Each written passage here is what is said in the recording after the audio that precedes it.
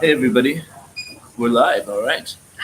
Well, not live on Support Adventure YouTube, but yeah, my name is Erik, I'm from Support Adventure, and this is Brittnee from Remote Collective. Remote Collective, what up, what up, what up? And we're sitting here in Chiang Mai, Thailand today, and we are at Brittnee's Remote Collective co-working day. You might see some Pop-up co-working day, people in the background. people in the background working, sitting very nicely in a very sunny, relaxed and tranquil space, doing their thing. Yes, and Erik and I were talking about some stuff just now about like do's and don'ts of working remotely and managing a remote team, and I said, yo, we need to put this on the YouTube.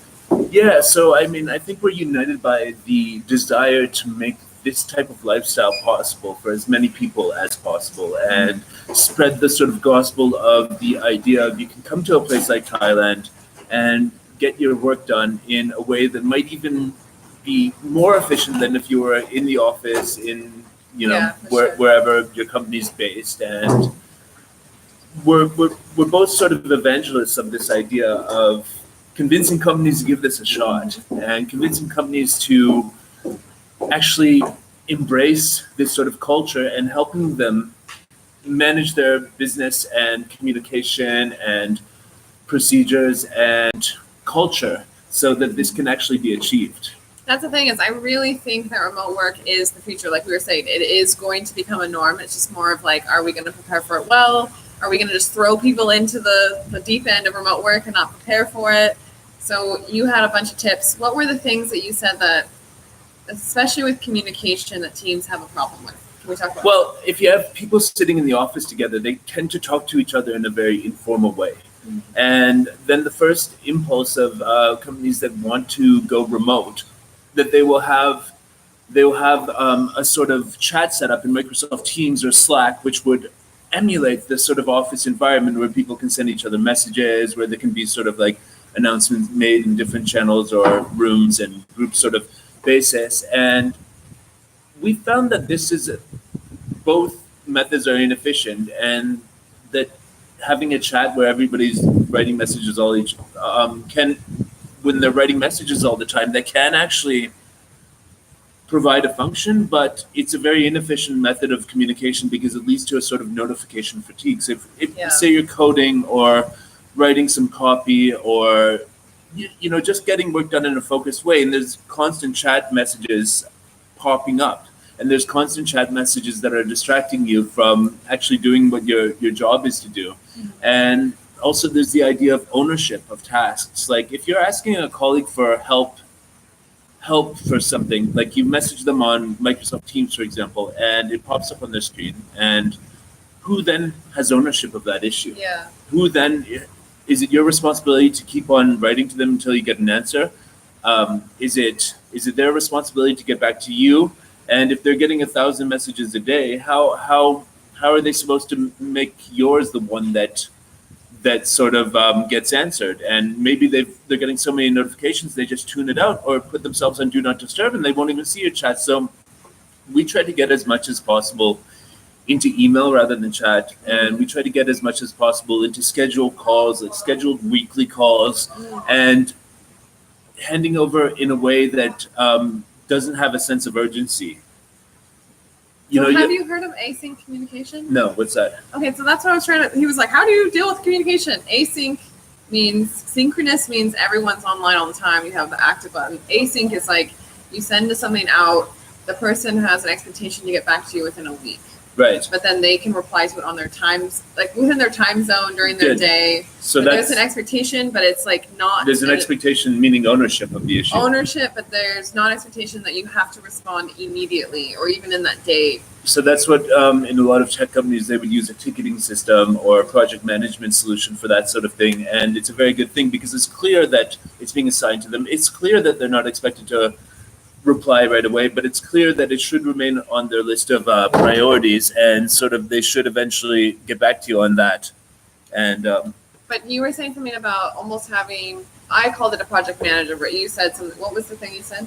In the tech support world, we call this a dispatcher. A dispatcher so this would be for remote work projects or people working remotely. Yeah, or a coordinator. Anybody who's got the central role of handing over work to people and making sure that they can do that work. And if they can't do that work, making sure that the right person with the right skill set to aid them is booked in and scheduled and assigned to that task. And that there's a certain amount of ownership on all tasks that are assigned, and that everything's moving along, that people are keeping the correct documentation of what they're essentially meant to be doing, so that, if you keep good documentation of what you're doing and your manager wants to check in on what you're doing, they don't have to talk to you. Yeah. They don't have to interrupt you. They don't have to book anything, and they can see the progress on the product. But a lot of the time in smaller work environments, you tend to see that the documentation is not that great that the people are keeping. Or non-existent. Yeah, and then that means when a manager wants to see what you're doing, they'll actually have to talk to you, and then you might be somehow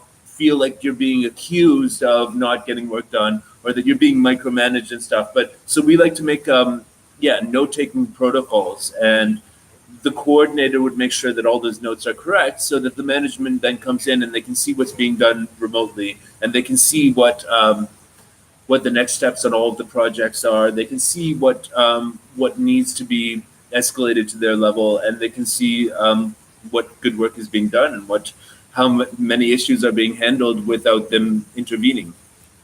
So do you have anything else to let the people know what they should be doing with remote work? I mean, we know it's the main future. thing. Yeah. The main thing that I also need to say is that a lot of the time we get at Support Adventure, we get job applications from people who join the call and they don't have a good audio. I'm not sure that the audio on this video is that great, because we haven't done great microphones here, but I think you can hear us. But if you want to be working remotely, get a good USB headset, because the USB headset plugs into your laptop and it has a sound card built into the USB device, and you never have to fiddle with the volume. It's always a microphone that's right in front of your mouth. And a lot of people have these like smartphone headsets where the flimsy little microphone dangles, and they don't always lead to the best results. And so if you want to be taken seriously in remote, make sure that you have a good lighting. Yeah, good lighting as well. Good lighting and good audio, so you can present yourself the best, and then you'll have a leg up on a lot of people in remote job interviews for sure. What happens if someone doesn't have that? How does it make you perceive them? Well, it can. Well, first of all, it's harder to watch the interview. It's harder to consider them. They might be super talented, but if the audio quality is not there, or the internet quality is another thing.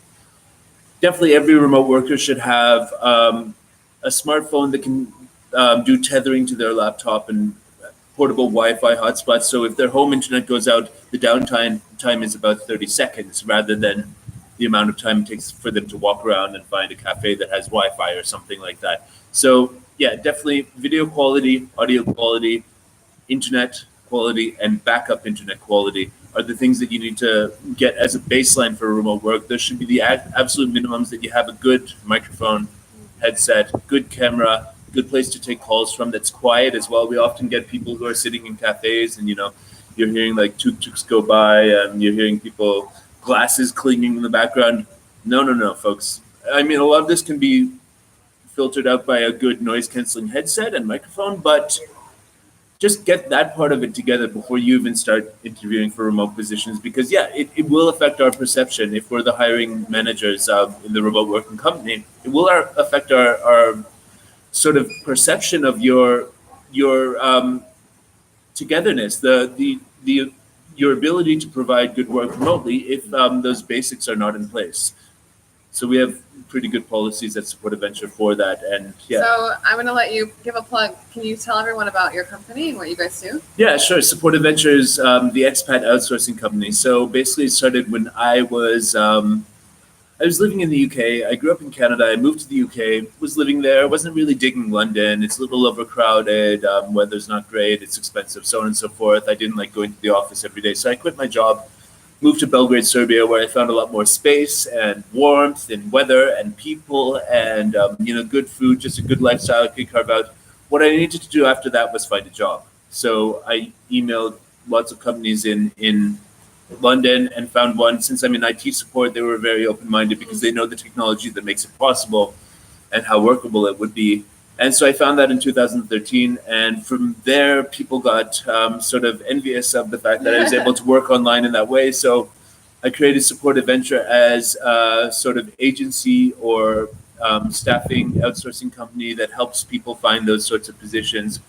We focus on full-time positions that will give you a decent standard of living in a place like Chiang Mai, Thailand, in Belgrade, Serbia, in Colombia, or any place that's in that sort of range. And we convince companies to give it a try to hire someone remotely based on the cost savings versus hiring a employee locally. We focus on full-time contracts, not freelancers, because we find that we get better loyalty and better results from giving someone enough money to live and giving them at least 20 hours a week of work, if not a full-time schedule. And we've got 35 people on board worldwide, Southeast Asia, Latin America, Eastern Europe right now, and we're growing this. We're mostly in the tech support industry, and just check out our website at supportadventure.com for more info. I'll put the link into this video that I'm going to post up. And also, just, is it kind of like IT Crowd? Well, I've never watched that, but it's kind of like a more, probably a cross between that and a hostel. With dudes sitting there, yeah. Wait, hold on, is it only guys? No, it's not only guys, but there's definitely a dude vibe amongst the guys, and no, it's not only guys. We don't discriminate. Girls can apply for this. Absolutely. Absolutely. And we also have, if you're not already an IT support specialist, we have training programs that can help you get there if you have the natural ability to figure things out. Awesome. Well, thank you so much, Erik. All right, thanks a lot. I love our random chats of like, wait, we should just film this because... Yeah, why not? We want to share it with all of you. Get out here and hang out with us in these amazing countries, you guys. Yeah, so. I mean, if you're sitting in your country, your home country right now, and you want to get out there, I mean, lots more companies are becoming open-minded to this remote working idea. If you can prove you can deliver the goods and services that they need, the human resource is you, and you should get them to see the benefit of having you go free range. Rather than being cooped up in an office all day. Free range. Love it. Yeah. Okay. This is Brittnee Bond from Remote Collective. Erik Mutt from Support Adventure. Support Adventure. Thanks a lot. We'll see you guys later. Nice catching up with you. Yeah, you too. Bye.